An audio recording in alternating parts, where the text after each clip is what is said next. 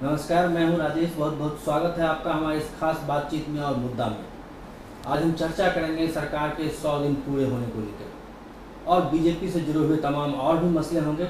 और हमारे साथ बातचीत के लिए मौजूद हैं बीजेपी के वरिष्ठ नेता, पूर्व सांसद और नवनियुक्त महामंत्री सरोज पांडे जी। सरोज जी, आपको बहुत बहुत बधाई और शुभकामनाएं इस नए पद के लिए।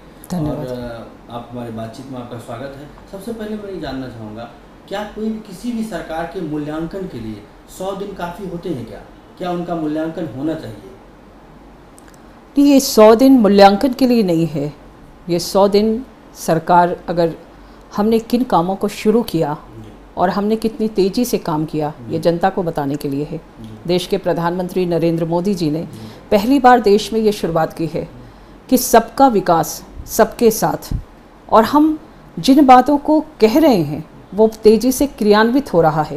पूर्व में जो सरकारें रही हैं उन सरकारों ने कहा ज़रूर, कोशिश की, लेकिन वो कोशिश का कोई ब्लूप्रिंट तैयार नहीं था, तो परिणाम नहीं आया।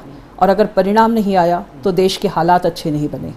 ये सरकार ने शुरुआत की है। 15 अगस्त को देश के लाल किले की प्राचीर पर देश के प्रधानमंत्री नरेंद्र मोदी जी जिन बातों को कहते हैं उसका इम्प्लीमेंट कल शुरुआत हो रही है। कल जनधन योजना की शुरुआत हो रही है। प्रधानमंत्री जी उसको पूरे देश में शुरू कर रहे हैं। और ये योजना वो योजना है जिसमें कि पूरे देश भर के लोग और पूरे देश के प्रधानमंत्रियों से, जितने भी राज्य हैं सभी राज्य के मुख्यमंत्रियों से बात हुई है।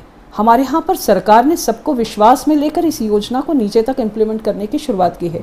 तो अगर प्रदेश के मुख्यमंत्री उसमें शामिल होते हैं, देश के प्रधानमंत्री शामिल होते हैं, और 15 अगस्त को हमारे देश के प्रधानमंत्री ने इसकी घोषणा की है और इतनी तेज़ी से वो इम्प्लीमेंट हुआ है, तो ये अपने आप में बड़ी बात है। लेकिन सरोज जी, उन चीज़ों का क्या हुआ जो प्रधानमंत्री बनने से पहले नरेंद्र मोदी जी तमाम रैलियों में बात करते थे, महंगाई को कम करने को लेकर या गंगा की निर्मलता को लेकर और तमाम सारे भ्रष्टाचार को कम करने के लिए? क्या वो प्रायोरिटी में पीछे छूट गया है क्या? ना ही कोई प्रायोरिटी में पीछे छूटा है और ना प्रायोरिटी में पीछे छोड़ने की कोई बात है। गंगा की योजना पर काम शुरू है।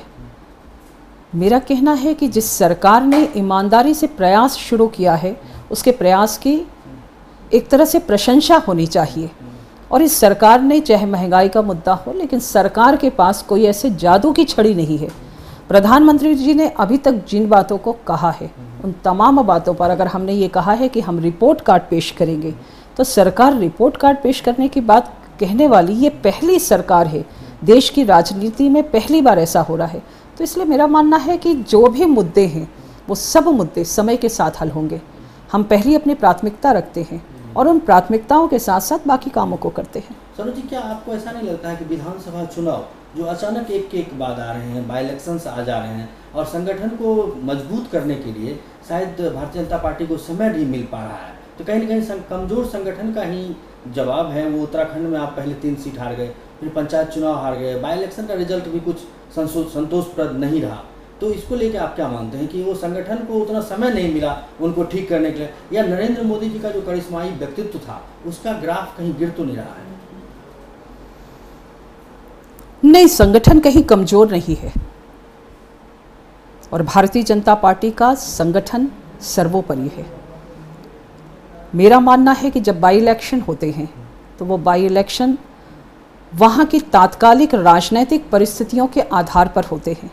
उस राज्य में जो सरकार है उन सरकारों के क्रियाकलापों पर होते हैं, और कई बार सरकार के क्रियाकलाप के साथ साथ जो स्थानीय मुद्दे हैं वो भी होते हैं। संगठन उस पर अपनी बात रखता है।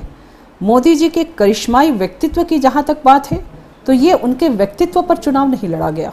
हमने उनके व्यक्तित्व पर एक ही चुनाव लड़ा और वो लोकसभा का चुनाव था, और उसमें देश ने देखा कि यहाँ पर मोदी लहर चली तो बड़े बड़े धाराशायी हो गए। लेकिन अगर हमारे यहाँ पर आने वाला ये जो बाई इलेक्शंस जितने भी जिसके परिणामों की आप बात कर रहे हैं, ये बाई इलेक्शंस हम इन परिणामों से तुलना नहीं कर सकते हैं हर राज्यों की। और अगर कहेंगे तो बहुत अच्छे नहीं हुए, ऐसी परिस्थितियाँ नहीं हैं कि कई जगहों पर कुछ अलग कारण रहे, कई जगहों पर कुछ अलग बातें रहीं। तो स्थानीय मुद्दे के चुनाव और स्थानीय मुद्दों के आधार पर होने वाले चुनाव को लोकसभा के चुनाव या मोदी जी के व्यक्तित्व के साथ जोड़कर नहीं देखा जा सकता। क्या सरोज जी, इसको ऐसे भी देखा जा सकता है कि आपका जो सेकेंड लाइन है ऑर्गेनाइजेशन का, वो कहीं ना कहीं उस हिसाब से अभी मजबूत नहीं है? उसको एक मजबूती देने की ज़रूरत है। क्योंकि स्टेट में जब आप जाते हैं, आप अभी फिर जा रहे हैं कई राज्यों के विधानसभा चुनाव में, अगर वहाँ आपकी लीडरशिप कन्फ्यूज है, अगर ऑर्गेनाइजेशन कन्फ्यूज है, तो कहीं ना कहीं तो फिर, और मोदी जी का सही मामले में एक व्यक्तित्व है जो लोकसभा चुनाव में रिजल्ट आया, लेकिन आपका सेकेंड लाइन जो है वो अभी तक पूरी तरह तैयार नहीं हो पाई है। नहीं, ऐसा नहीं है, मुझे नहीं लगता कि कहीं सेकंड लाइन नहीं तैयार है। भारतीय जनता पार्टी का इकाई का कार्यकर्ता भी हमेशा तैयार रहता है, तो फर्स्ट लाइन सेकंड लाइन का विषय नहीं है। मैंने आपको कहा कि उन मुद्दों को लेकर, तात्कालिक परिस्थितियों को लेकर सेकंड लाइन फर्स्ट लाइन, इस पर हम कोई क्वेश्चन नहीं रेस कर सकते हैं। सरोज जी, एक तरफ विकास के रथ पे सवार होकर नरेंद्र मोदी जी सत्ता में आए और विकास उनका एक मात्र एजेंडा था, और सब स्टेट से भी अपील कर रहे हैं वो कि विकास की राह पे आप चले आएँ। ऐसे में जो एक अल्टरनेट ऑप्शंस जो आप देख रहे हैं, ये जो तीसरे मोर्चे के लोग हैं, ये जातीय समीकरण को ध्यान में रखते हुए एक सोशल इंजीनियरिंग का फार्मूला इन्होंने शुरू कर दिया है, जिसमें आप कहीं ना कहीं उनको सफलता भी मिल रही है। तो ये कितना बड़ा चैलेंज है बीजेपी के लिए? नहीं, आप इसे सफलता असफलता से जोड़कर नहीं देख सकते। क्यों? जब आदमी अपने यहाँ पर राजनीतिक अस्तित्व की लड़ाई लड़ता है, तो सब जितने भी कमज़ोर हैं वो एक साथ खड़े होते हैं, चाहे वो कांग्रेस हो, बिहार की ही बात कर रहे होंगे आप, तो बिहार में जो परिस्थितियां हैं वहाँ पर सब इकट्ठा होकर 6 सीट जीतते हैं। भाजपा वहाँ अकेले चुनाव लड़ती है, 4 सीट जीतती है। हम मजबूत हैं, सब मिलते हैं तो 6 पाते हैं, और हम अकेले लड़ते हैं, हम 4 पाते हैं। हम कहाँ कमज़ोर हैं? नहीं, आप वहाँ तो भी जब LJP आप के ताकत से लड़ने की शुरुआत करते हैं, ताकत से लड़ते हैं, तो सब इकट्ठे, जितने कमज़ोर हैं सब इकट्ठे होते हैं। बीजेपी वर्सेस ऑल है। आप भी कहीं ना कहीं रामविलास पासवान जी, उपेंद्र कुशवाहा जी, इन लोगों के साथ आपकी भी एक गोलबंदी थी और एनडीए के नाम पे आप लड़ रहे थे, लेकिन आपके साथ तो मुझे लगता है बीजेपी की दिक्कत थी, या आप सही बताएंगे कि नेताओं में कहीं ना कहीं मनभेद बहुत ज़्यादा था, और उसका रिजल्ट हुआ कि वहाँ ठीक से रिजल्ट नहीं आ पाया। नहीं, मेरा मानना है कि हम जब संगठन में काम करते हैं तो प्रत्येक राज्य की राजनीतिक परिस्थितियों के अनुसार निर्णय करते हैं। वहाँ पर कई बार वहाँ के जातिगत समीकरण भी होते हैं, वहाँ की सामाजिक संरचना भी होती है, वहाँ की भौगोलिक परिस्थितियाँ भी होती हैं। हम उसके अनुसार निर्णय करते हैं, और हम जब बिहार में निर्णय कर रहे हैं, और अभी बिहार की जो तात्कालिक परिस्थितियाँ हैं और ये अभी जो परिणाम आ रहे हैं, और इसके बाद में आने वाले समय में बिहार का जो विधानसभा का चुनाव है, हम उसकी तैयारी कर रहे हैं, तो हम मजबूत स्थिति में हैं और हम वहाँ की परिस्थितियों के अनुसार निर्णय कर रहे हैं। तो मुझे लगता है कि उस पर सब इकट्ठा होकर अगर मैदान में आ रहे हैं, तो हम अपने विकास के मुद्दे के साथ मैदान में आ रहे हैं, हम वहाँ पर जाति की बात नहीं कर रहे। महाराष्ट्र में भी कहीं ना कहीं शिवसेना बार बार आपको आंख दिखा रहा है, जबकि वो एलाइज है, सबसे स्ट्रॉन्ग एलाइज है आपका। जैसे विधानसभा चुनाव नज़दीक आ रहे हैं, वो कुछ न कुछ अपना टर्म एंड कंडीशन या कहीं ना कहीं बाई इलेक्शंस के रिजल्ट को लेके उनकी जो टिप्पणी आई, वो एलाइज के हिसाब से ठीक टिप्पणी नहीं थी। आज इस देश में भारतीय जनता पार्टी को आंख दिखाने की ताकत कोई दल नहीं रखता है। आज तो जनता ने जो निर्णय किए हैं उसके आधार पर इस देश की जो सबसे बड़ी पार्टी रही है वो 44 सीटों पर सिमट गई, नेता प्रतिपक्ष नहीं बना पाती है, तो कांग्रेस पार्टी से बड़ा कोई दूसरा दल नहीं है। इसलिए आज मुझे नहीं लगता कि इस देश में कोई भी दल भारतीय जनता पार्टी को आंख दिखा सकता है इस परिस्थिति में खड़ा हो। तो ये, और थोड़ा सा हम ये बात करें कि जिस तरह से पार्लियामेंट्री बोर्ड का गठन हुआ, वो आपने देखा कि कुछ जो संस्थापक सदस्य थे, अगर हम वाजपेयी जी की बात करें, हालांकि वो स्वस्थ नहीं हैं, आडवाणी जी हैं, मुरली मनोहर जोशी जी हैं, तो सबको एक तरह से एक मार्गदर्शक मंडल का निर्माण किया गया है उनके लिए कि भाई ये गार्जियन चेहरे हैं, ये है। लेकिन आपको नहीं लगता है कि इनके बिना, इनके अनुभव के बिना पार्टी के संगठन में एक अनुभव का भी स्थान होता है और मिलना चाहिए इसे? मार्गदर्शक मंडल बनाया गया है और ये मार्गदर्शक मंडल भारतीय जनता पार्टी की तमाम गतिविधियों के साथ जुड़ा होगा। हम उनके अनुभव का लाभ लेंगे, उनके मार्गदर्शन में चलेंगे, और जब हम अपने घर के बड़े बुजुर्ग रहते हैं तो उनके मार्गदर्शन, उनके आशीर्वाद से चलते हैं। और जब देश का प्रधानमंत्री उस मार्गदर्शक मंडल में हो, देश का गृह मंत्री उस मार्गदर्शक मंडल में हो, तो उस मार्गदर्शक मंडल की महत्ता को मेरा ख्याल है कहकर हम प्रतिपादित नहीं कर सकते हैं। वो प्रमाणित है, तो जो चीज़ प्रमाणित दिखाई देती है उस मार्गदर्शक मंडल के लिए कोई प्रश्न चिन्ह खड़ा नहीं किया जा सकता है। बहुत महत्वपूर्ण मंडल है और उनके मार्गदर्शन में हम काम करेंगे। शिवराज सिंह चौहान जी को जो वरीयता मिली है पार्लियामेंट्री बोर्ड में लाके, तो बाकी आपके 2 मुख्यमंत्री और कहीं ना कहीं नाराज़ हैं। हालांकि उनका कोई औपचारिक रूप से उन्होंने कहा नहीं है, लेकिन कहीं ना कहीं ये बातें आ रही हैं कि माननीय मुख्यमंत्री रमन सिंह नाराज़ हैं या वसुंधरा राजे जी नाराज़ हैं। कहीं ना कहीं आप इनको शिवराज सिंह चौहान जी को ज़्यादा प्रमुखता से क्यों लाया जा रहा है? नहीं, कोई मुख्यमंत्री नाराज़ नहीं है। राष्ट्रीय अध्यक्ष जी और बाकी हमारे अपने वरिष्ठ नेताओं का एक निर्णय होता है संसदीय बोर्ड का, वो निर्णय है, उसमें कोई मुख्यमंत्री को रखना है, कोई मुख्यमंत्री के नाते रखा है, ये विषय नहीं है और कोई भी नाराज़ नहीं है। ये तो केवल खबरें हैं।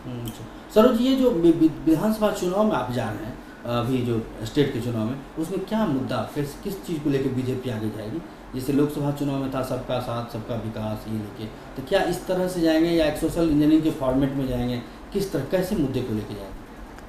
सभी राज्यों के चुनाव की परिस्थितियों के अनुसार ही निर्णय होंगे और मेरा मानना है कि सभी राज्यों में जो परिस्थितियां हैं, उनके मुद्दे हैं और सबका विकास, चूँकि हम विकास की ही राजनीति करते हैं इसलिए हम विकास को ही प्रमुखता दे रहे हैं, तो विकास हमारा प्रमुख मुद्दा होगा चारों राज्यों में।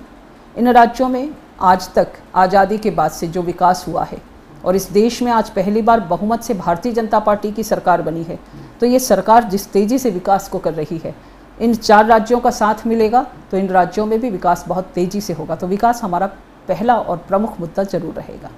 सरोज जी, पर अब मैं कुछ विदेश नीति के बारे में आखिरी सवाल है मेरा कि विदेश नीति को लेकर आपकी काफ़ी चर्चा हो रही है और लोग उसको मान रहे हैं कि विदेश नीति के तौर पर जो प्रधानमंत्री नरेंद्र मोदी हैं काफ़ी सफल रहे हैं। जिस तरह से उन्होंने पड़ोसियों को शपथ ग्रहण समारोह में बुलाया, फिर उन्होंने ब्रिक्स की यात्रा की, ये दूसरी यात्रा फिर जापान की हो रही है, तो काफ़ी अच्छा। लेकिन पाकिस्तान के मामले में कहीं ना कहीं सरकार बार बार पिछड़ती रही है, सीज फायर का उल्लंघन लगातार हो रहा है और ये पिछली सरकार जो एनडीए की थी वाजपेयी जी की, उसमें भी देखा जा रहा था कि आपने आगे बढ़ के नवाज शरीफ को बुलाया, आप लाहौर गए, सब कुछ किए, लेकिन कहीं ना कहीं पाकिस्तान के साथ गड़बड़ हो गई रिश्ते को लेकर। इस बार भी कहीं ना कहीं उसी दिशा में हम लोग आगे बढ़ रहे हैं। क्या पाकिस्तान को हम स्ट्रॉन्ग मैसेज नहीं दे पा रहे हैं?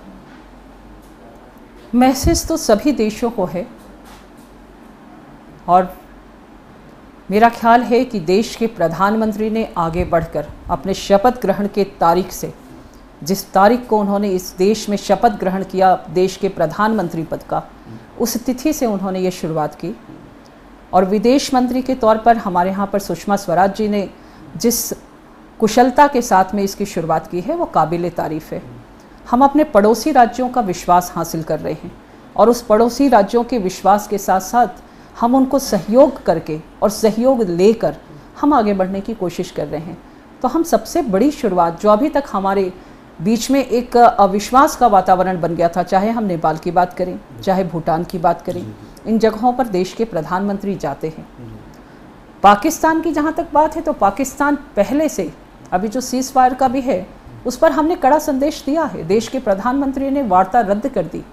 हम ये बात को रखते हैं और प्रमुखता से रख रहे हैं और मुझे लगता है कि कहीं भारत कमज़ोर दिखाई नहीं दे रहा है, भारत मजबूत दिखाई दे रहा है। ये देश के प्रधानमंत्री, देश के विदेश मंत्री इस बात को जिस प्रमुखता और मजबूती के साथ रख रहे हैं, ये भारत में पहली बार हो रहा है। सरोज जी, हमसे बात करने के लिए आपका बहुत बहुत शुक्रिया और धन्यवाद। आपने बहुत अच्छी चर्चा की और काफ़ी अच्छी चर्चा रही, आपका एक बार फिर से धन्यवाद। ये थे बीजेपी के वरिष्ठ